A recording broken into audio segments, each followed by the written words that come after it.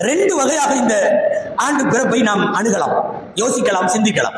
ஒண்ணு என்னன்னா, ஒரு ஆண்டு கூடிவிட்டது, எனக்கு இதுவரை 39, இனிமேல் 40, அல்லது நான் இதுவரை 49, இனிமேல் 50.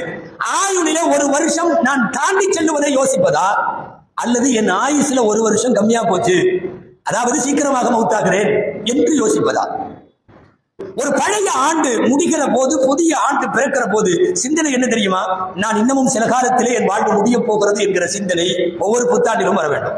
அந்த சிந்தனை வந்தால் அது எப்படி கொண்டாட்டமாக ஆகும், அது எப்படி ஆட்டம் பாட்டமாக ஆகும், அது எப்படி விடிய விடிய டான்ஸுகளில் பட்டாசுகளில் கழியும். ஆயுள் குறைய போகிறது, நீ விரைவில் இந்த உலகத்தை விட்டு விடைபெற போகிறாய் என்கிற போது அது சுகம் அல்ல, சோகம். அது சோகமான சிந்தனை.